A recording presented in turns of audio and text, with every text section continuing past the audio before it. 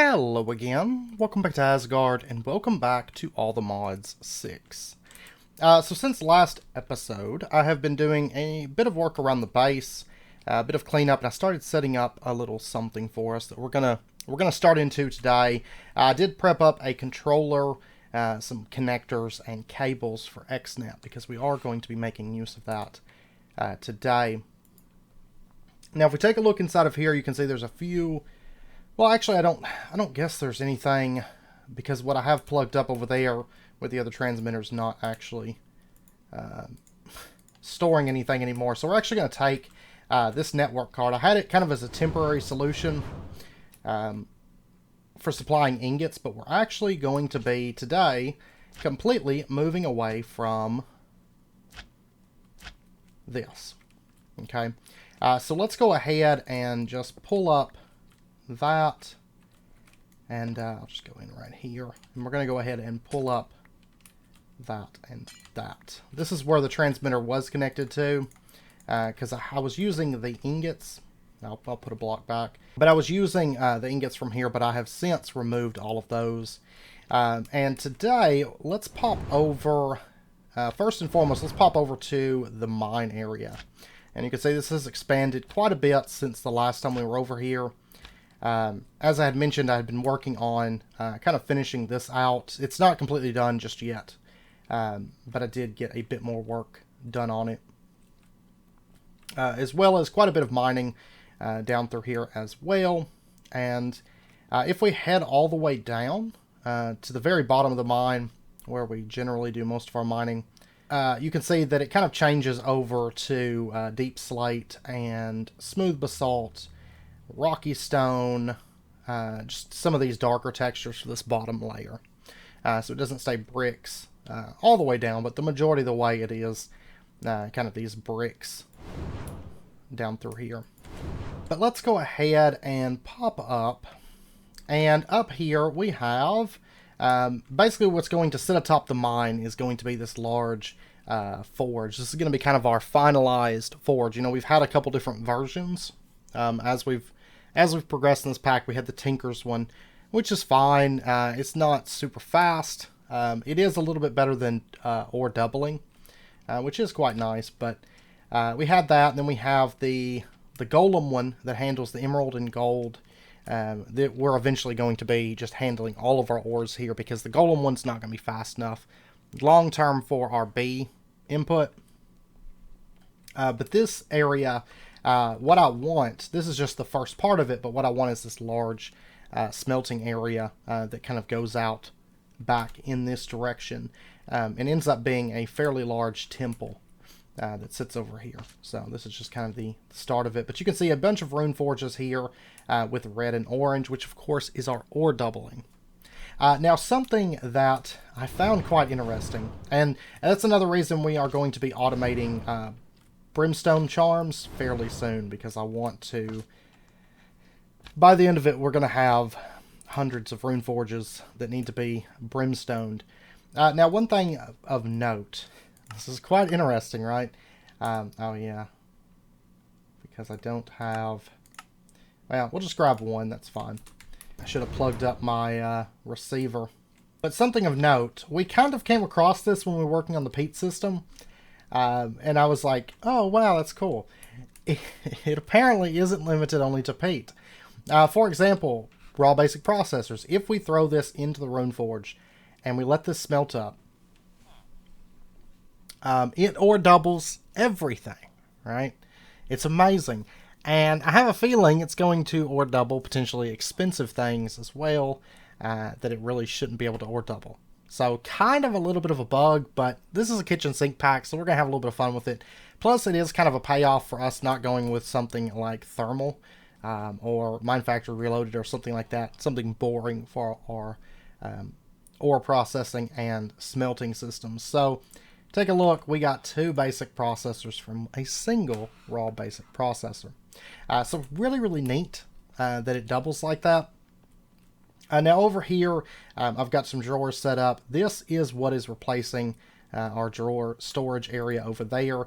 I haven't added this silver and this nickel because I do want to consolidate these, and I don't foresee this making, because it's just looking at the smelting recipe, I don't foresee this making all these strange types of metals. That's another plus side to it.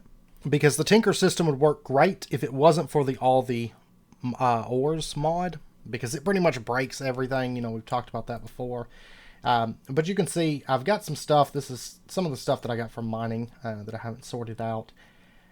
I did keep a bit of ores over here, and we are going to be setting up a little something. Let's set it up.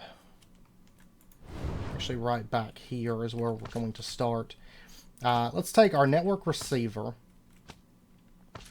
and we'll just put this in, say right there, and we're going to do an external storage just connected directly onto that drawer controller, and we're going to say it's going to be a priority of 10. And then we'll go ahead and take our network card and just bind that. Now, one thing to note, and something that we may have to fix, but actually it's fairly easy to fix with refined storage, a lot easier to fix than with, say, AE2, is that our network receivers and transmitters, they seem to break after a restart. So that is something that we will probably end up having to fix. Everything is chunk loaded at the moment, but it seems to just kind of drop the connections occasionally. So what we can do is just cycle these, have something extract them, and we'll do an item, basically an item check where, you know, some drawer that's in an external storage or something has an item that normally we wouldn't have in the system, something really obscure, you know, maybe like a concealment key. Okay, and then if it doesn't see that concealment key, if there's not any in the storage, then it sends a redstone signal, pulls out all the network cards, and then puts back in the network cards. And I think that should fix it. So if that comes up, if we need to do that, then we can do that. It's no big deal. Okay, now I did automate a few more recipes here, and one thing I want to do before we get rolling is go ahead and order a bit more patterns real quick. And then let's go ahead, actually let me just search crafter. In fact, let's go ahead and teach it how to make a crafter. And then let's teach it how to make like the iron crafter. And I also want to teach it how to make blocks of iron. And the gold crafter. And how to make blocks of gold. And we might as well go ahead and teach it all the way up, even though it's going to be a little bit before we start into actually using netherite crafters, and probably diamond crafters for that matter. And so there's how to make all that different stuff. And we'll just go ahead and throw that in there. Okay, so let's go ahead. I think we're going to start today with just an iron crafter. Let's say not exact on this. And we'll go ahead and order ourselves an iron crafter. So there we go. And we are going to set up a few recipes. Let me order a few more patterns. These aren't too bad at this point. They're going to be a little bit easier after this episode, though, I think. Okay, so let's go ahead and teach it. If we take a look at refined storage, for example, I want to teach it, it's going to be a processing pattern. And we're going to teach it how to make this. And I do want to make it, oops. I want to set this as 2. It's going to output 2 of them. And then we'll go ahead, oops. And then we're going to go ahead and teach it this one. And then do we want to do a withering? Let's go ahead and do a withering, because why not? Since we're doing this, we might as well. So there's that, and then let's turn it off of processing for just a moment and teach it that recipe as well, because we can. Okay, so we got these 5 recipes, and we will be adding, we will be upgrading this crafter for sure down the road, because we're basically going to have 1, maybe 2 crafters if we find that the netherite crafter is not enough space. I mean, that's 81 patterns, but we may have more smelting patterns than that. And if we do, then we'll handle that. But let's go ahead and grab ourselves like a basic processor, an advanced processor, an improved processor. And can I go ahead and order... I Don't have any planks in this just yet. I haven't done all the wood stuff just yet. But we're going to go ahead and grab that as well. And we'll do a withering processor later. And let me go ahead and get a... This is going to complete some quests also. Looks like. Let's go ahead and get ourselves a... well, we can just go with gold for now. I've got to make some glass. I'm not going to add that, I don't think, to the recipes, though, over here, because we're going to be making glass through just automation and having it stocked, so we should never come upon the point where we need to actually craft that over here. Alright, so we're going to have an iron crafter that sits right there, and then directly below that there's going to be a gold chest. And this one's going to house all of our recipes. So basically everything just gets fed down into the gold chest. And then, of course, it will be sent out from there. So we're going to put in a blue connector there. And then what we're going to do, as far as where our controller is going to sit, I want it somewhere accessible. And so we're probably going to have it sitting right over here, I think. So just right in there. And then below that, we will have... I guess the ender sail just setting directly up against that. And then we're going to bring out connector. And then let's go ahead and go underneath the ground here, because we're going to need to basically have both sides of this connected up via cables. And then the cables are also going to be going back quite a ways as well. Because eventually this building is going to... You know, this XNet system is going to manage this entire building, and this building's going to be pretty decent size, so we'll end up having a fairly large area here. Alright, so there we go. We do have this. We're going to make channel 1, and pretty much the only thing that we're going to be managing on this XNet system is going to be items. So channel 1, this is going to be an extraction line stack. And it's just going to pull things out of this chest. And it's going to insert them into the various different rune forges. Okay, so now what we're going to do is just go ahead and attach connectors to the backs of all these rune forges. It shouldn't take too many connectors, as you can see, because these corners only take one. And then we're just going to connect all this up. And then this side will be pretty much set up. We will facade these, so that way they're not going to be visible. So, but we'll just bring this back. I think these are actually going to end up being 3 tall, because I do want these towers to kind of rise up a bit. These are going to be 3 tall, and then I think the interior is going to be 2 tall. It's kind of what I have in mind, at least for the main area, because you're going to walk into this main entryway, and it's going to be filled up with rune forges that go on back. Okay, so we take a look here. All of that is connected. So gold chest, extract, and then it goes to the rune forges, and these are going to be insert. And we'll just copy that and just run down the line here, pasting that exact setup. And so now if we come over here and we were to throw in, for example, a neural processor, it immediately gets pulled out and it gets sent somewhere over to this side. So, and we give it a second, we should have 2 neural processors. This is actually kind of nice, just like no limit doubling smelting. It's actually proving extremely good. It made making my processors a whole lot easier, to say the least. Okay, now what we're going to do is we're going to come over and just add an extraction line, and I need to have... We're going to need to get ourselves an importer real quick, as well as another chest, which I did make the recipes. I haven't actually made an importer, but I did make the recipes for those, which I think will complete a quest. There we go. And then as far as our chest goes, we'll just go ahead and make a nice one.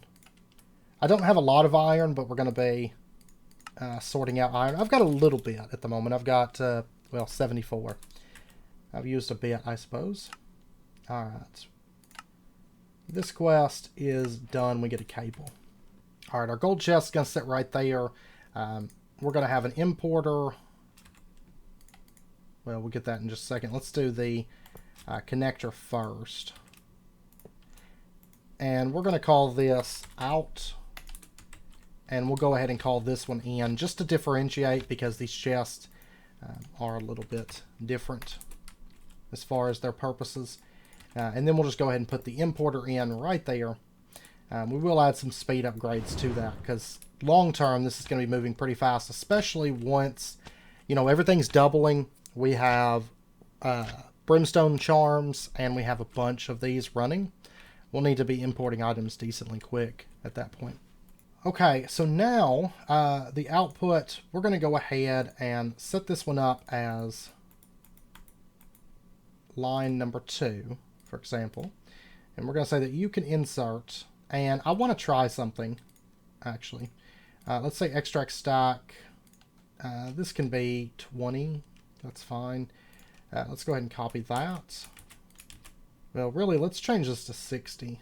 It's always good to, if you don't need stuff really fast, to go ahead and allow it to take a little bit longer with its checks, because it does tend to make XNet a bit less laggy. XNet's pretty optimized in my experience. I absolutely love the mod. You'll almost always see it within my series if it's available. It's a great item transfer system, and it has facades. You know, that automatically makes it a big deal. This would also work pretty well with blood magic nodes. However, that's a lot of nodes, so I kind of decided against that.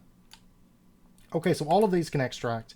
Now, for example, if we were to, and let's actually, for right now, let's disconnect the importer. I actually didn't mean to plug that up just yet, because something I do want to see, I believe we're going to have to filter on these rune forges, but that's something that I have not tried out yet. So for example, if we were to take and we threw in, say, dirt into there, yeah, the dirt automatically just comes up here. It doesn't get a chance to smelt. I mean, I know there's no recipe for smelting dirt, but so what we're going to do is we're going to use these different channels as different filtered lines. So for example, insert here, it can be neural processors, it can be improved processors, it can be advanced processors, it can be basic processors that can be inserted into this chest, nothing else. And this way we're able to filter the items based on if they output. We don't have to worry about filtering on inputs, you know, doing anything special with that. We filter based on the outputs. And then if we run out of filters, you know, we've got 7 lines here, 7 channels. Each can have a different filter set.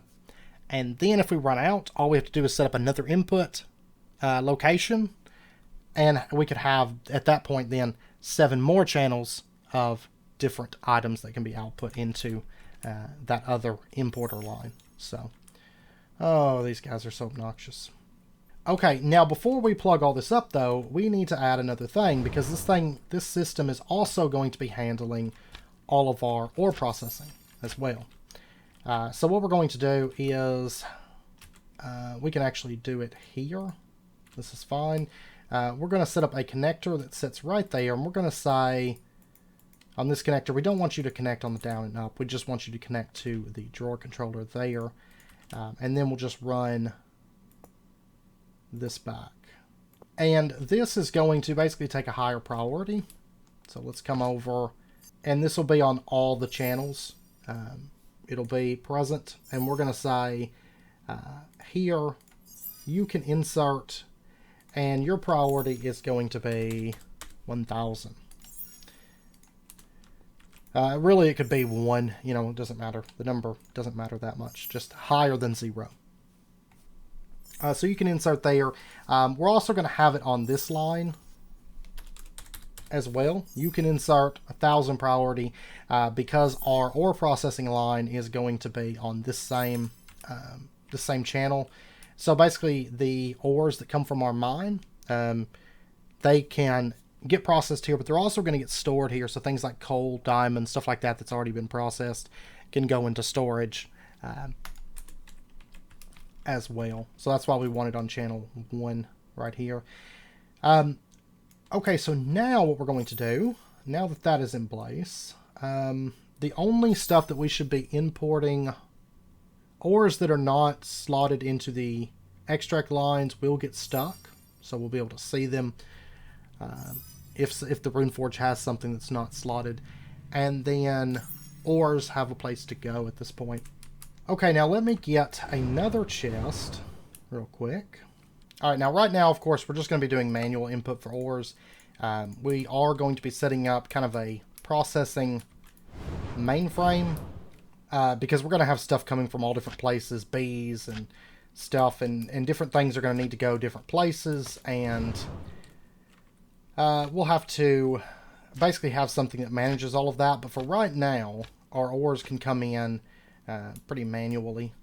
So what we're going to do is we're going to set up a chest, and we're going to have this chest be accessible manually, but it's also going to be plugged up later on to an ender chest that is sent ores from, you know, all of the different sources. What we're going to do is we're going to put this chest in, we'll have this chest be here, just somewhere very accessible to us. Connector onto that, and we're going to say this is going to be called ore in, and then we'll just plug this up. And then we're going to say that you can extract. Stack 10. And one thing we are going to do is set this to round robin. So that way it can kind of just toss it around into random smelters. That way stuff gets smelted a bit quicker. So now at this point, if we were to grab, for example, let's grab copper. And we'll just toss that in. Okay, that's going to get pulled out. And you can see it's gone into there. Did all of it go into there? Maybe all of it went into there. Yeah, all 46 went into there. Wow, okay. It shouldn't do that, right? Like, they have a limit of so many items. It's not a stack. Like, if I tried to grab, for example, 51 aluminum, I can only put 16 in there. We can fix that. I don't think it's actually going to matter. It's just going to mean that this is going to smelt for a while. Actually, let's wait and see, because if it does all of this at like a 16 time, like basically the same time as that aluminum, then this could actually be very beneficial, because it could smelt an entire stack in the time. But we also need to make sure in the same time, we also need to make sure that the outputs are what we should get. You know, we should get 92 copper, but I'm not sure how this is going to handle it, because it's not supposed to have more than 16 items in it at a time. If it is an issue, we can just limit how many that it can pull out at a time. But if it's not an issue, then we won't worry about it. And let me make a note just in case. We have 3 and 47 copper, 2 and 47 aluminum. Of course, it's a little bit slow at the moment, handling, you know, 16 at a time. But this will be a lot better once we get our Brimstone Charms. And we're going to get those as soon as we automate that. But getting smelting in place and getting a few things in place before we do that, it's just going to make it a little bit easier. So we'll have a little bit slower smelting at first, but what we lose in speed, we make up for in just number of, you know, rune forges, because they're super cheap. They are super cheap to make. Okay, the aluminum just got done. Copper is still going, so it looks like it's not a speed, you know, better in terms of speed, but it looks like it's a different, I was afraid of that. It's a different kind of aluminum than what we got over there. So what I will need to do in that case, I'm just going to pull this out. The aluminum that we have is this one. So I need to basically pull all of that out and lock it back in. And what we'll end up having to do is just consolidate our versions. But that should be fine. But yeah, if this ends up making... it's going to be weird though, because it's not going to be able to store all the copper that it has. That's kind of a concern. Assuming that it can only store a stack. I don't know for sure. So we'll let that run. We'll see what happens. If it is the same type of copper, we are at 3 stacks and 47. If it's not, then it'll stay in here, and we'll be able to see what we end up with. But okay, so this, beyond that, I mean, this is pretty much set up. The crafter should be able to request things, send it over, and then they go in. So at this point, what we can do is we can plug back up the importer. And this side of things will be done. You know, it can import from the golden chest. And honestly, ordering small batches of things like processors, they do process pretty quickly. So, but we'll come back over to that in just a moment, because that is all chunk loaded at present. Yeah. But if we take a look here, we should now be able to order our various different types of processors. Let's go ahead and order ourselves, say, 2 basic processors. There we go. We have 10. Perfect. Okay, that's working. Now, of course, we do have the withering processors automated. They're not set into filters just yet. We'll handle that once we actually start making those. Okay, so now that that's done, I just wanted to get that out of the way, and I wanted to do it on camera because it was something a little bit different in the way that we were setting that up. But let's go ahead now and turn our attention over to some industrial foregoing. The main reason that I want to start with this is because I want to get up to the material stonework factories, because we're going to be using quite a bit of those. There is a checkmark task here for welcome to industrial foregoing. And then we need to make pity machine frames. And we are going to just really quickly automate these. Starting with blocks of redstone. And this is going to be any kind of Minecraft log. Okay. We're not going to set this as exact for that one. Okay, so let's go ahead and order ourselves, say, 4 pity machine frames. Hopefully this is not a crafting task. Hopefully this is just a however you go about getting it task. Looks like it is. And we are going to get some XP. We've got item and fluid transporters, pitiful generator. We don't want any of that right now. The fluid extractor. Let's see. What's it take? I am going to go ahead and automate a few parts of this like that. Yeah, I'm going to have to smelt some glass, it looks like. I'm also going to need to get another gold crafter. Let me just go ahead and order that. Is that already done? Yeah, it is. Okay. Now, of course, we could also teach you how to make silicon. I made a bunch between episodes, but I'm hoping that we just go straight for the material stonework factory, and we don't have to worry about teaching this how to make silicon, because it's going to be such a short-lived thing. Let me pop over and get some sand real quick. That's another thing we're going to be getting through the material stonework factory. But for now, we will just continue ripping up our desert a little bit.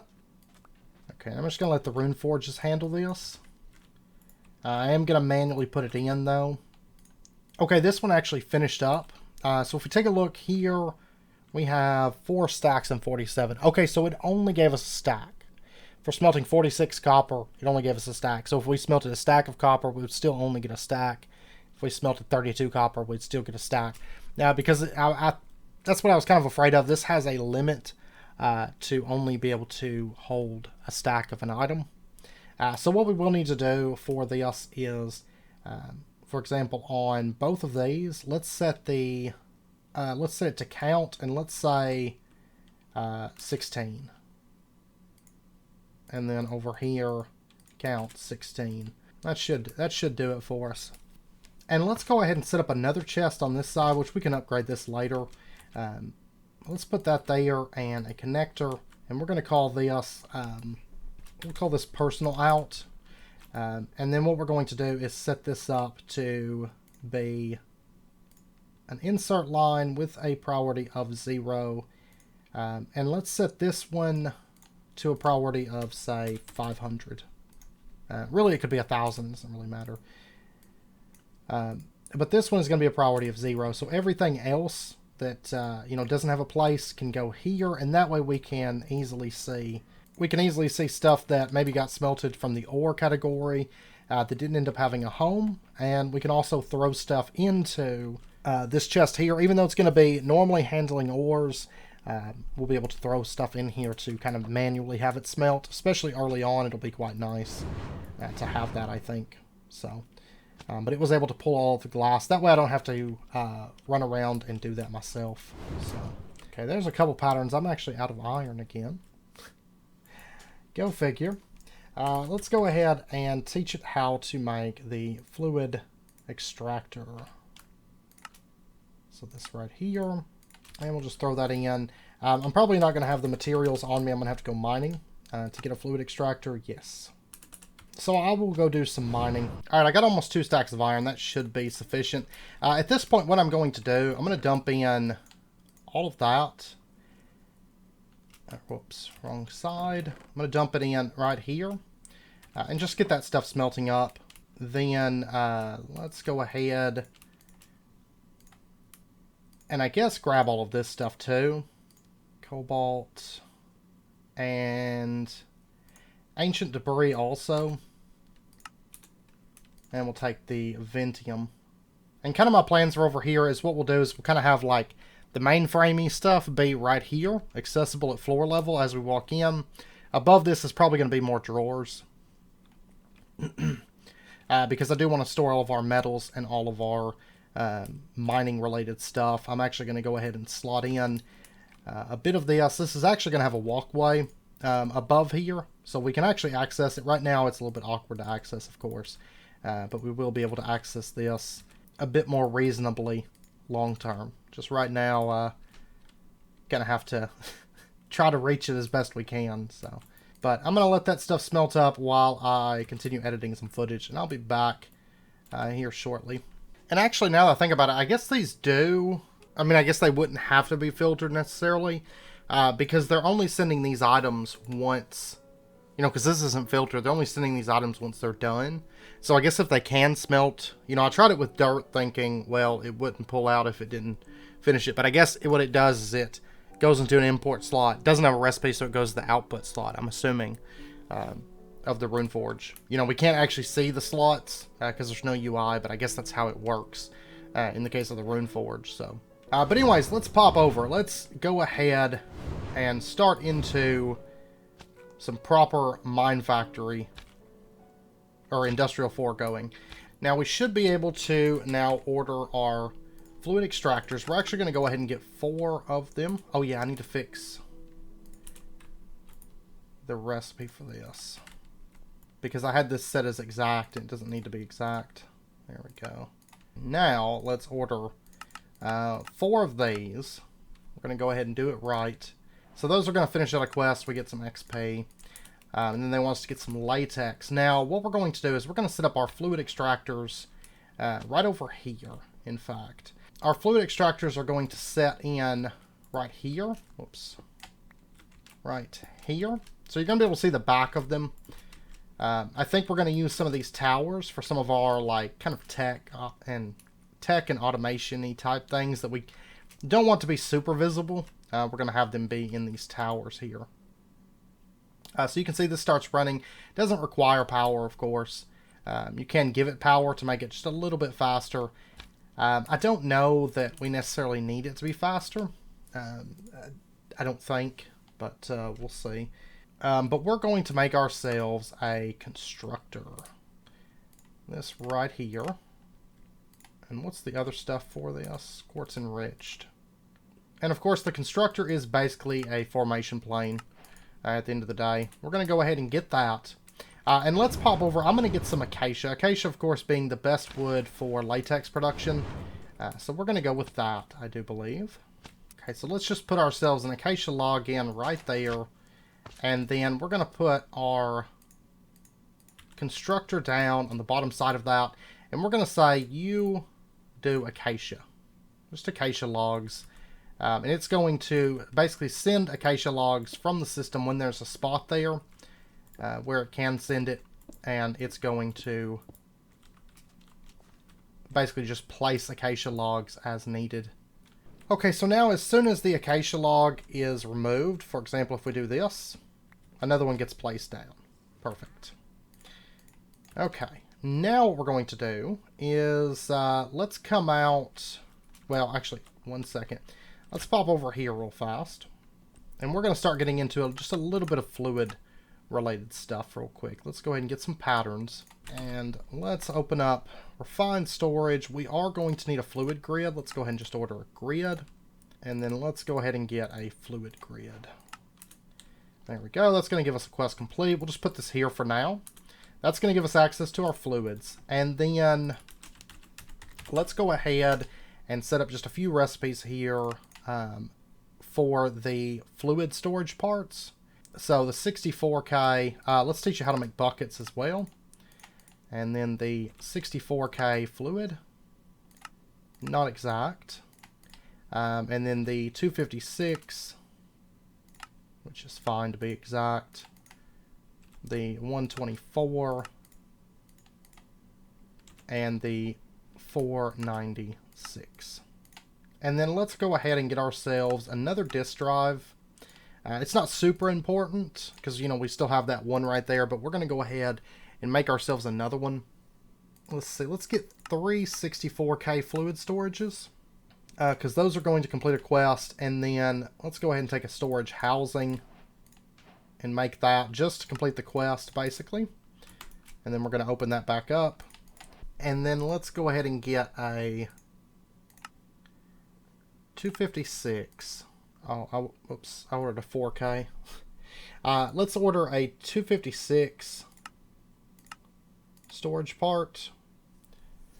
So there's that. And then we'll just combine these together. And honestly, I think 256 buckets of latex is probably good, at least for now. Yeah, so let's actually just go with this to keep ourselves from using a lot of iron. And you know what? Actually, instead of doing this as a storage disk, I don't think I want to do that. I think I want to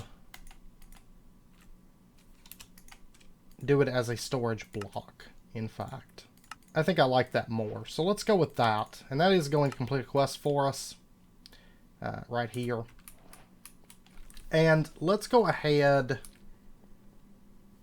and we're going to set this up. I guess the disk, actually, we will have this setting, let's say right here.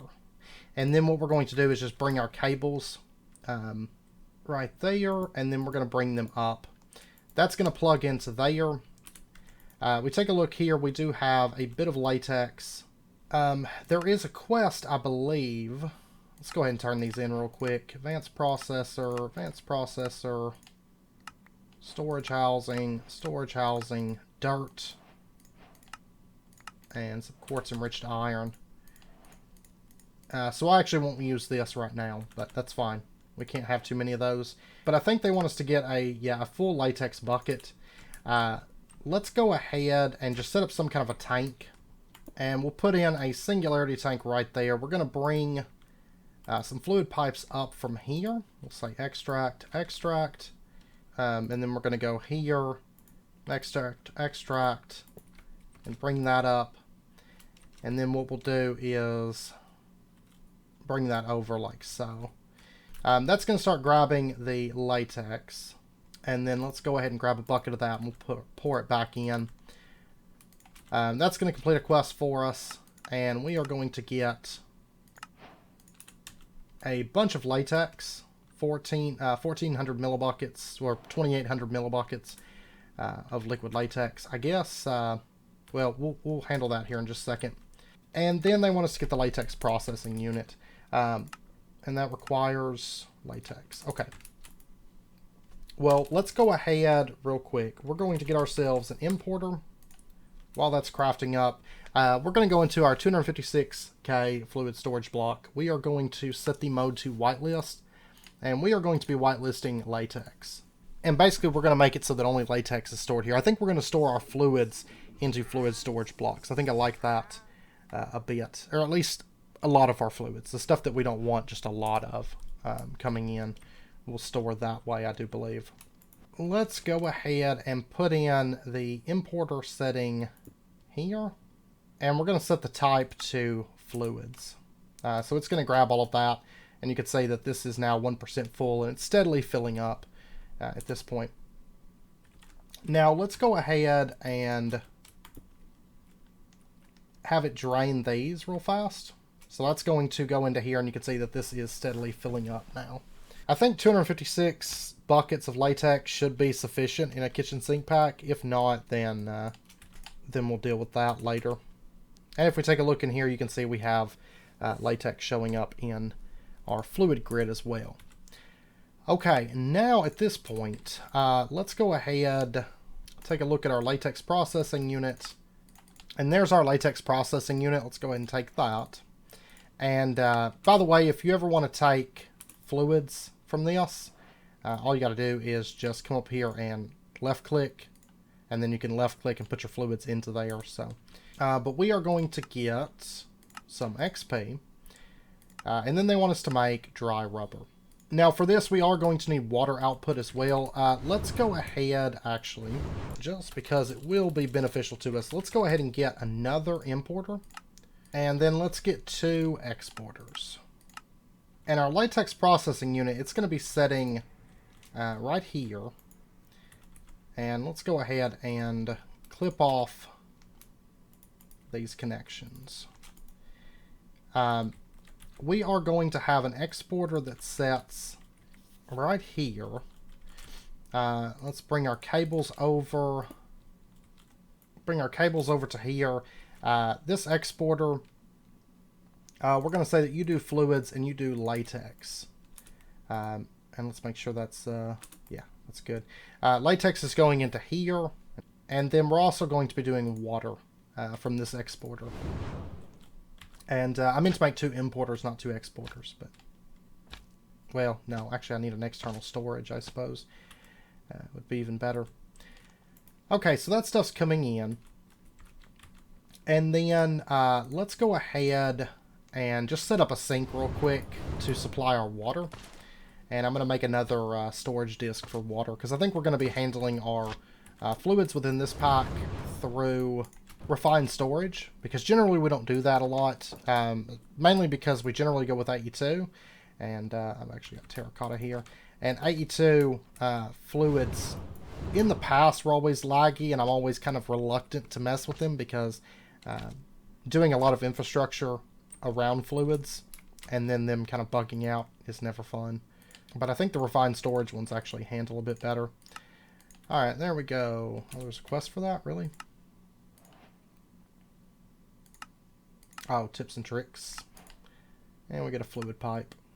Alright, now for this, I'm going to go ahead and order a 124 storage part. Fluid storage part. Okay, so there's that. And we're going to go ahead, just to finish out these quests, do that. Break it back down. And then I want the 124, the fluid storage block. So there's that. And of course that finishes out a few quests that will get, you know, storage housings, advanced processors, that stuff in from.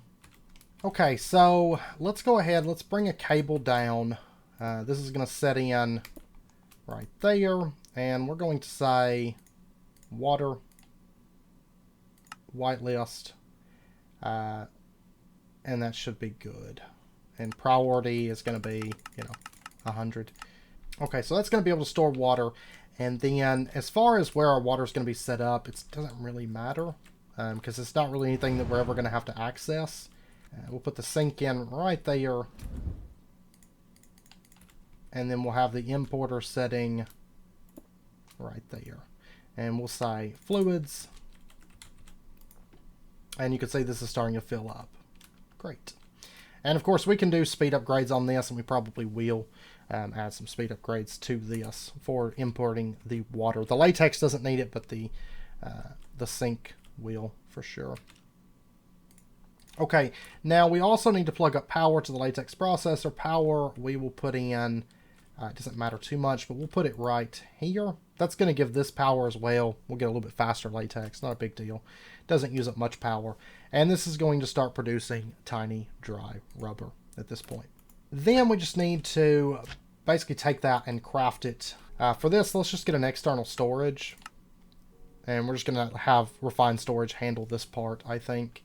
And we'll just have the external storage be right there. Let's go ahead and take this cable because we don't need it. External storage there that should be able to read the tiny dry rubber. There is our tiny dry rubber. It's building up in there. And then we're going to make a quick recipe here that says that's how you make those. And we'll just put that in. And then we are going to teach it a smelting recipe for making plastic. And this is going to, I'm assuming it's going to make 2 plastic. So, there we go. Hey. That's probably the coolest Halloween effect. I wish that was like a constant thing you could just have on. I don't know what mod adds that. So if you guys know, let me know, because I find it quite interesting. Let's go ahead and throw that into there, because we are going to be smelting our rubber over here. And we'll get that smelted up, and I'm assuming that we are going to get double. We'll find out. And we will be automating the Brimstone Charms before too long.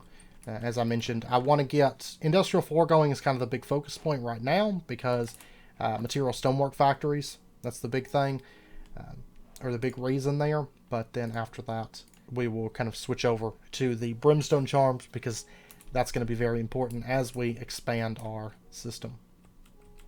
Okay, so now we are able to request plastic, and it does double that plastic, which is, once again, it's just great. Plastic, of course, it's not expensive, but anything that we can double for free, and it doesn't even take fuel or power or anything, it's actually pretty nice. And now the last thing that we're going to do to finish this off, to make it kind of keep this stuff in stock, is we're going to make ourselves an interface. I'm actually going to go ahead and teach the system how to make that, because I'm sure we'll be using a bit of these. And let's go ahead and order the interface, and let's also order another external storage and a crafting card, or crafting upgrade as well. Crafting on demand and interface to the world. Let's go ahead and put in, so we'll have the interface sitting there, and we will have the external storage sitting there. The interface, we're going to put the crafting upgrade. This tells it to craft. And the external storage, we're going to set this to extract only. We only want it to extract. We don't want it to insert items. And then let's go ahead right over here. We're going to say this is going to be the interface export. And we're going to set this to be 64. Keep a stack of plastic on hand. I don't think that this is going to be something that we need like an absolute ton of. If we find that we do need more of this, we can easily do that by basically just having this interface instead go into a drawer. You know, we could have a drawer setting here, and boom, now we can store a lot more items. I'll tell you what, let's go ahead, just because I want to see what it's doing. Let's get ourselves a crafting monitor. Crafting manager would be good too, or crafter manager. And while we're at it, let's get a... I'm starting to get low on iron. Well, that can wait. I don't have that many crafters. Yeah, we don't have anything being ordered. Okay, it did order some plastic. It may have something to do with manually setting the amounts, because it seems like just putting it in there, it makes that much, and then I end up with double every time. It seems like putting it in there, but as soon as I set the amounts in this, that's when it seems to break on me. So I'll pull that out. Yeah, but see, it's not trying to refill.